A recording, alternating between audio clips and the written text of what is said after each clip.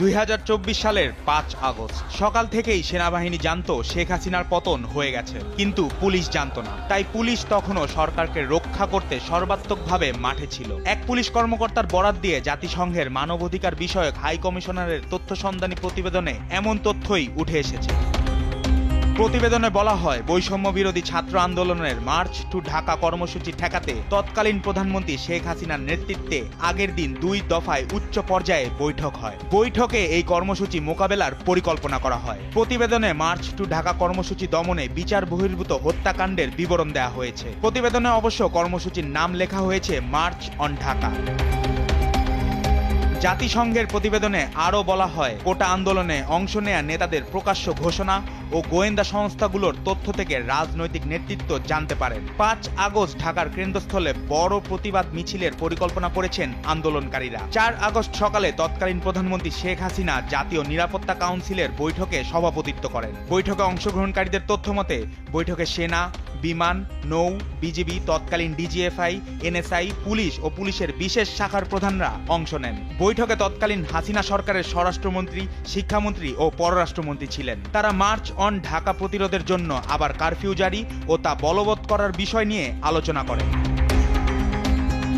বৈঠকের পর স্বরাষ্ট্র মন্ত্রণালয় ঘোষণা দেয়, কোনো বিরতি ছাড়াই অনির্দিষ্টকালের জন্য কঠোর কারফিউ চলবে। আন্দোলনকারীদের সন্ত্রাসী হিসাবে আখ্যায়িত করে প্রধানমন্ত্রী একটি বিবৃতি দেন। তিনি আন্দোলনকারীদের শক্ত হাতে দমন করার আহ্বান জানান দেশবাসীকে।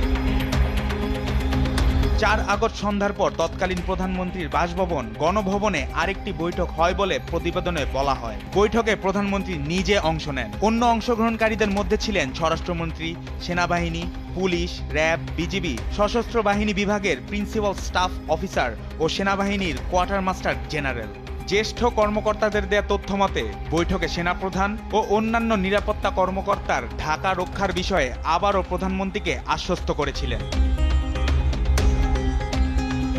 বৈঠকগুলোতে অংশ নেয়া ঊর্ধ্বতন কর্মকর্তাদের তথ্য মতে বৈঠকে একটি পরিকল্পনার বিষয়ে ঐক্যমত হয়েছিল যে প্রয়োজনে শক্তি প্রয়োগ করে বিক্ষোভকারীদের ঢাকার কেন্দ্রস্থলে প্রবেশে বাধা দিতে পুলিশের পাশাপাশি সেনাবাহিনী ও বিজিবি মোতায়েন করা হবে। সেনাবাহিনী ও বিজিবি সাজোয়া যান ও সেনা মোতায়েন করে ঢাকার প্রবেশ পথগুলো অবরুদ্ধ করবে এবং বিক্ষোভকারীদের প্রবেশে বাধা দিবে। শেখ হাসিনার ব্যক্তিগত নিরাপত্তা বাহিনী স্পেশাল সিকিউরিটি ফোর্সের তৎকালীন মহাপরিচালক 5 আগস্ট প্রথম প্রহরে বিজিবির মহাপরিচালককে পরপর 2টি হোয়াটসঅ্যাপ বার্তা পাঠান। সেই বার্তাগুলোই কি ছিল তা জাতিসংঘের প্রতিবেদনে উঠে এসেছে। তথ্য অনুসারে ওই 2টি বার্তায় প্রথমটি ছিল একটি ফরওয়ার্ড করা সম্প্রচারিত বার্তা, যা আন্দোলনের নেতাদের বলে মনে হয়। এতে তারা ঢাকায় প্রবেশের পথগুলো সম্পর্কে আন্দোলনকারী ছাত্র জনতাকে জানিয়েছিলেন। দ্বিতীয় বার্তাটি প্রতিরক্ষা আদেশের রূপরেখার একটি ভিডিও রয়েছে বলে মনে করা হয়। এতে প্রতিরক্ষার প্রথম ও দ্বিতীয় লাইন, একটি তৃতীয় দূরপাল্লার ইউনিট, একটি ব্যাকআপ ইউনিট বাহিনীর কথা বলা হয়েছে।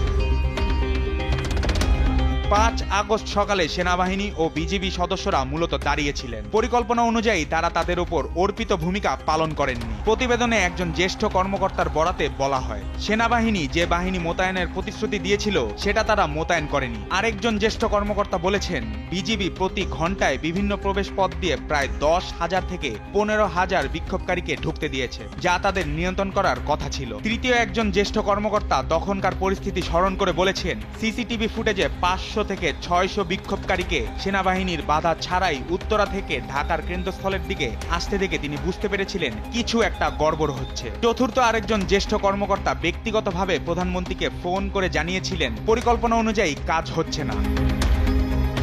প্রতিবেদনে আরও বলা হয়, মার্চ অন ঢাকা থামাতে বিক্ষোভকারীদের শহরে কেন্দ্রস্থলে পৌঁছাতে বাধা দিতে তখনও পুলিশ অনেক জায়গায় বিক্ষোভকারীদের উপর প্রাণঘাতী গুলি চালাচ্ছিল। পুলিশের একজন কমান্ডার ব্যাখ্যা দিয়ে বলেছিলেন, সেদিন সকাল থেকেই সেনাবাহিনী জানতো শেখ হাসিনার পতন হয়ে গেছে, কিন্তু পুলিশ জানতো না। তাই পুলিশ তখনও সরকারকে রক্ষা করতে সর্বাত্মকভাবে মাঠে ছিল। ক্ষমতায় টিকে থাকতে এভাবেই পরিকল্পনা করেছিলেন তৎকালীন হাসিনা সরকার। জাতিসংঘের মানবাধিকার বিষয়ক হাই কমিশনারের দপ্তরে তথ্য সন্ধানী প্রতিবেদনে উঠে এসেছে এসব তথ্য।